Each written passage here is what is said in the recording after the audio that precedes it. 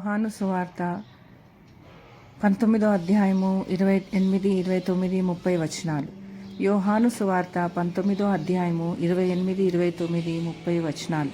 అటు తర్వాత సమస్తమును అప్పటికి సమాప్తమైనదని యేసు ఎరిగి, లేఖనము నెరవేరునట్లు నేను తప్పికొనుచున్నానెను. చిరుకతో నిండి ఉన్న ఒక పాత్ర అక్కడ పెట్టి ఉండెను కనుక వారు ఒక స్పాంజి చిరుకతో నింపి ఈ సోపు పుడకకు తగిలించి ఆయన నోటికి అందించిరి. యేసు ఆ చిరక పుచ్చుకొని సమాప్తమైనదని చెప్పి తల వంచి ఆత్మను అప్పగించెను. అందరికీ ప్రైజ్ ద లార్డ్ అండి. యేసు ప్రభు సిలువలో పలికిన 5వ మాటని మనము ధ్యానిస్తామండి. ఈ మాట ఎవరు పలికినారు అంటే యేసు ప్రభు పలికినారండి. ఏ సందర్భములో ఈ మాటని యేసు ప్రభు పలకడం జరిగింది అంటే ఆయన సిలువలో చాలా హింసింపబడుతున్న సందర్భములో ఈ మాటని పలకడం జరిగిందండి. ఎందుకు ఈ మాటని యేసుప్రభు పలకడం జరిగింది అని మనం చూసుకున్నట్లయితే 3 రీజన్స్ ఉన్నాయండి. ఫస్ట్ రీజన్ ఏంటంటే లేఖనము నెరవేర్చబడడానికి ఈ మాటని యేసుప్రభు పలకడం జరిగింది. ఇది ఫస్ట్ రీజన్, ఓకేనా.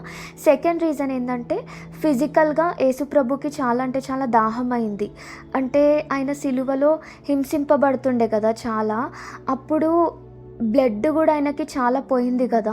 సో ఆయనకి చాలా దాహం అయిందనమాట అప్పుడు. సో దాన్ని బట్టి కూడా ఈ మాటని పలకడం జరిగింది, ఓకేనా అండి. ఇది సెకండ్ రీజన్ అనమాట. థర్డ్ రీజన్ ఏంటంటే స్పిరిచువల్ రీజన్ అంటే యేసుప్రభుకి ఆత్మల రక్షణ కోసం దాహం ఉందన్నమాట, ఆత్మల రక్షణ కోసం. సో ఆత్మలు ఎలాగైనా రక్షణ పొందాలి అని యేసుప్రభు యొక్క ఆశ అన్నమాట. సో అది అయిన దాహం అన్నమాట. సో దాన్ని బట్టి కూడా యేసుప్రభు ఈ మాటని పలకడం జరిగిందనమాట అండి. ఇవి 3 రీజన్స్ యేసుప్రభు ఈ మాటని పలకడానికి. ఈ మాట నుంచి మనం ఏం నేర్చుకోవచ్చు అంటే అండి, మనము ఆత్మల భారము కలిగి ఉండాలండి. ఎంతోమంది నశించిపోతున్నారు కదా, సువార్త తెలియక యేసుప్రభుని ఎరుగని వాళ్ళు ఎంతోమంది ఉన్నారు. అలాంటి వారి కోసము మనము ప్రార్థన చేసే వారిగా ఉండాలి. అలాంటి వారిని దేవుని దగ్గరికి నడిపించే వారిగా ఉండాలి. మనకి భారం ఉండాలి, ఆత్మల భారం ఉండాలి. ఆత్మలు ఎలాగైనా రక్షణ పొందాలి అనే ఒక దప్పిక మనలో ఉండాలండి. ఇది మనం నేర్చుకోవచ్చు. ఎంతోమంది ఉన్నారు కదండి దేవుడు అంటే తెలియని వాళ్ళు, చాలామంది ఉన్నారు.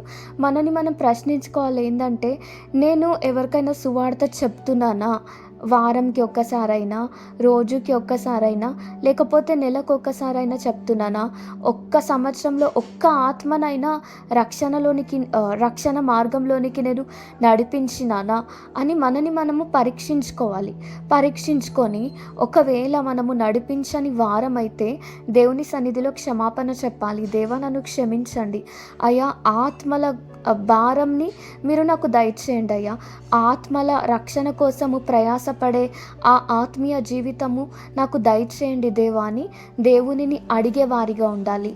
దేవుడు మనకి తప్పకుండా హెల్ప్ చేస్తారండి ఈ విషయంలో. ఇది మనం నేర్చుకోవచ్చండి.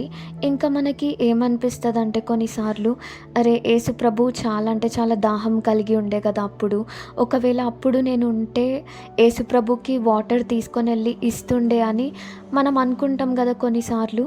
సో ఇప్పుడు అప్పుడు మనం లేకపోవచ్చు, కానీ ఇప్పుడు ఉన్నాం కదా, ఇప్పుడు మనము ఫిజికల్గా యేసుప్రభుకి వాటర్ ఇవ్వలేకపోవచ్చు, కానీ స్పిరిచువల్గా మనము ఆయన దాహాన్ని తీర్చొచ్చు. ఎలా తీర్చొచ్చు అంటే ఆత్మలని రక్షణ మార్గంలోనికి నడిపించడం ద్వారా ఆయన దాహాన్ని మనము తీర్చొచ్చు అన్నమాట.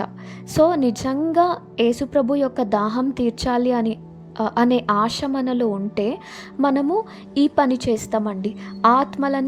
ఆత్మలని మనము రక్షణ మార్గంలోనికి నడిపిస్తామండి. సో మన సొంత శక్తితో ఆత్మలని రక్షణ మార్గంలోనికి నడిపించగలమా అని మనం చూసుకున్నట్లయితే మనము నడిపించలేమండి. మనము ఈ పని చేయడానికి దేవుని పైన ఆధారపడాలి. ఆయన ఆత్మ చేత నింపబడాలి. అడగాలి, దేవా నన్ను మీ ఆత్మ చేత నింపండి అయ్యా, నా ద్వారా మీరు ఆత్మలని రక్షణ మార్గంలోనికి నడిపించండి దేవా అని మనము దేవునిని అడగాలి. ఎందుకంటే మన సొంత శక్తితో మనం ఏం చేయలేము కదా, దేవుని ఆత్మ ద్వారానే మనము ఏదైనా చేయగలం అన్నమాట. కాబట్టి ఈ విధముగా దేవుని సహాయంతో మనము ముందుకు వెళ్ళాలండి.